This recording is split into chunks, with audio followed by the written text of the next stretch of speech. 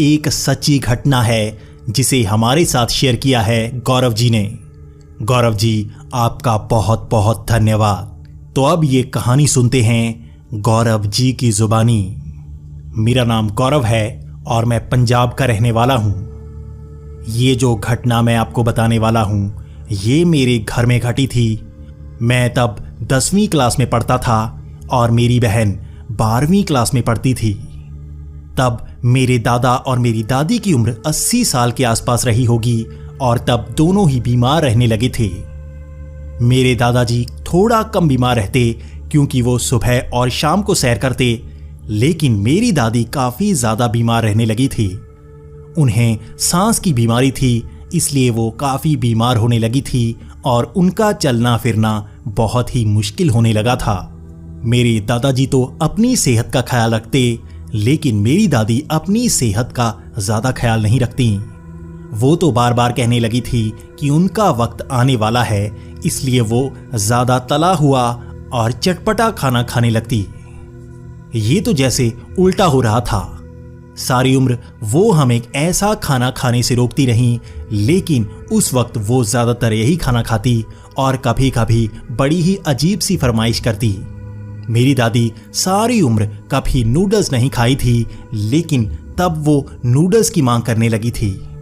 हमारे घर में यही चर्चा रहती कि हमारी दादी का सर फिर गया है और वो ऐसी हरकतें करने लगी हैं। लेकिन 1 महीने बाद मेरी दादी की मृत्यु हो गई। हमारे घर में काफ़ी मायूसी का माहौल हो गया था और मेरे दादाजी भी बहुत ही मायूस रहने लगे थे।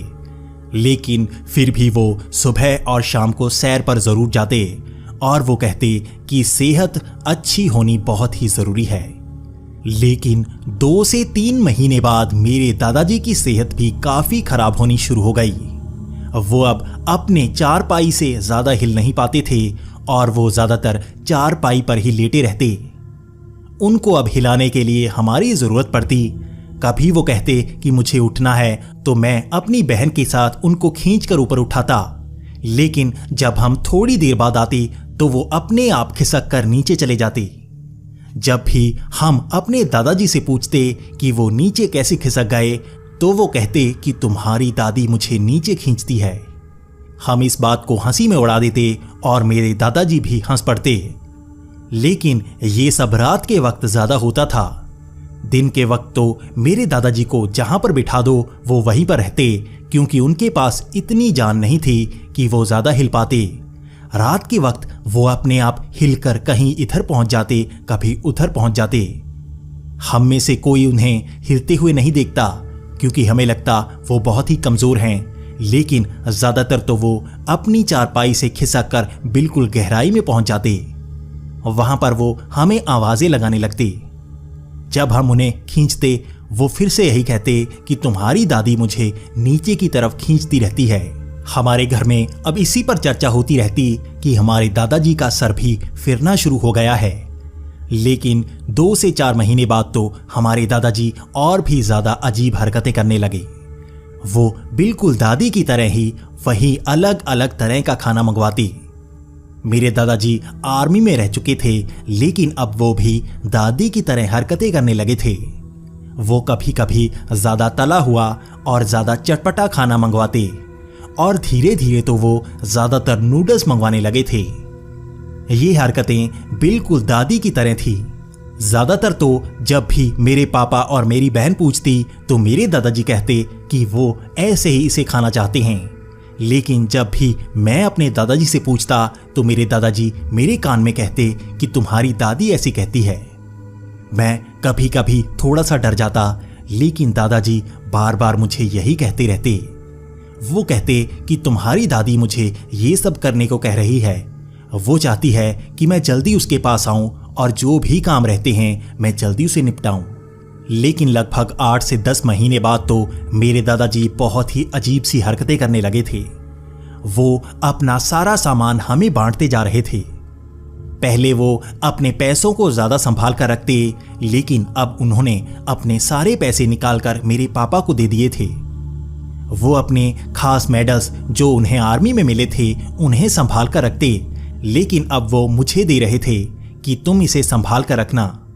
वो कह रहे थे तुम इसका जो भी करना चाहते हो वो कर सकते हो, मैं तुम्हें नहीं रोकूंगा। ऐसे ही वो अपनी सारी चीजें एक एक करके हम सब में बांटते जा रहे थे। मेरे पापा बार बार ये कहते कि दादाजी के जाने का वक्त आता जा रहा है। कहते हैं कि जब किसी का वक्त आता है तो वो ज्यादा दरिया दिल बनता जाता है। पहले तो मैं इन बातों पर यकीन नहीं करता था, लेकिन अब मेरी दादी की बरसी लगभग 1 महीने के पास थी। अगले महीने मेरी दादी की बरसी आने वाली थी और अब घर में बहुत ही अजीब सी चीजें होने लगी थी। घर में बहुत सारा सामान बिखरा हुआ होता, जबकि हम बाहर गए होते और घर में कोई नहीं होता। मेरे दादाजी अकेले इतना सामान बाहर नहीं गिरा सकते, फिर भी घर में इस तरह सामान का बिखरा होना दादाजी पर ही शक डालता था। लेकिन डॉक्टर खुद मानते थे कि दादाजी में इतनी शक्ति नहीं है कि वो उठकर ये सब सामान गिरा सकें। कभी कभी तो पंखे की तारें अपने आप निकली हुई होती। दादाजी में इतनी शक्ति नहीं थी कि वो कुर्सी पर चढ़कर इन पंखों की तारें उतार पाती। इस तरह हमारे घर में अब यही चर्चा रहती कि घर में कुछ अजीब हो रहा है।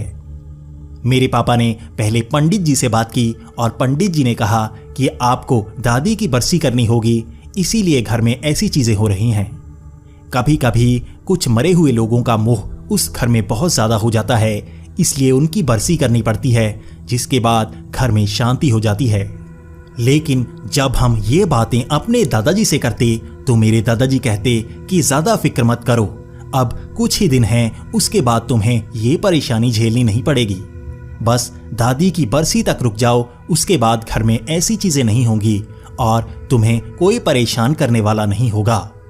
पहले तो हम इन बातों को समझ नहीं पा रहे थे कि हमारे दादाजी ऐसा क्यों कहते जा रहे हैं, लेकिन हमें इसका जवाब भी जल्द ही मिलने वाला था। दादी की बरसी से लगभग 10 से 15 दिन पहले दादाजी खास चीजों को हमें देने लगे।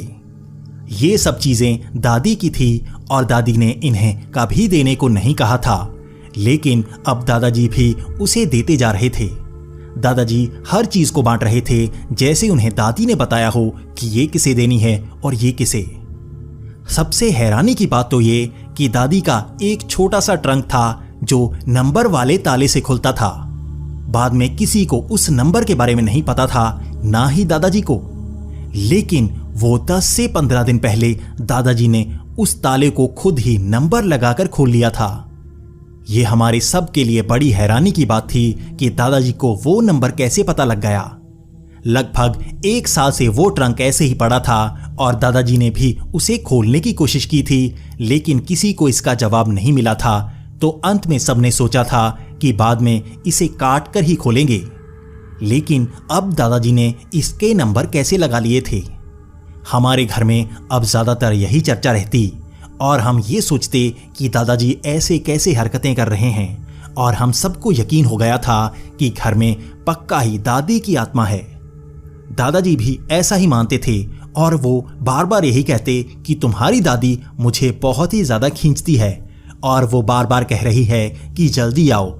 हम बार बार दादाजी से पूछते कि आपको कहाँ जाना है और क्या काम रहता है जो दादी आपसे करवाना चाहती हैं, तो दादाजी इसका जवाब नहीं देते।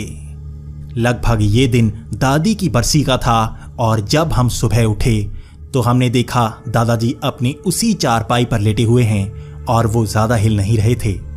जब हमने उनको हिलाने की कोशिश की तब हमें पता लगा कि दादाजी अब इस दुनिया में नहीं रहे। ये वही दिन था जो पिछले साल दादी की मृत्यु हुई थी और इसी दिन हमारे दादाजी की मृत्यु हुई। मैं इन बातों पर पहले यकीन नहीं किया करता था, लेकिन इस घटना ने मुझे इन बातों पर यकीन भी दिला दिया। मुझे नहीं पता कि मेरी इन बातों पर आप यकीन करेंगे या नहीं, लेकिन मैं इस चैनल के माध्यम से आपको बस अपनी कहानी पहुंचाना चाहता था। ये मैं आप पर छोड़ता हूं कि आप इसे सच मानते हैं या नहीं।